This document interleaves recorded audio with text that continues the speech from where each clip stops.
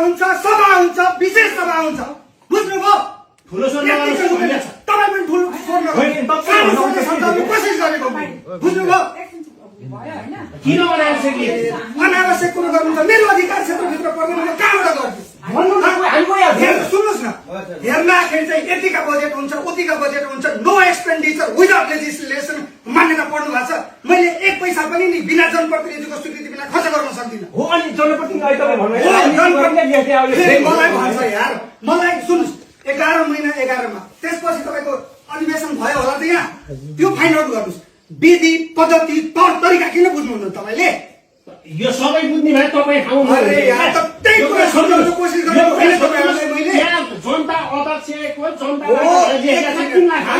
गर्नुहोस् भन्ने कुरा हो। 3 लाख रुपियाँ मैले त्यति भए सम्झौता गर्नुहोस् भन्ने कुरा। 3 लाख तपाईँले जनता पाउने होइन क्या सर, यस्तो गरिदिन्छु। सुन्नुहोस्, तपाईँले भन्नु पर्यो अध्यक्षलाई भन्नु पर्यो यस्तो तोप नलाउनु छ भन्नु पर्यो क्या तपाईँ। 1 मिनट हामीलाई के भन्नु पर्यो नि त यहाँ।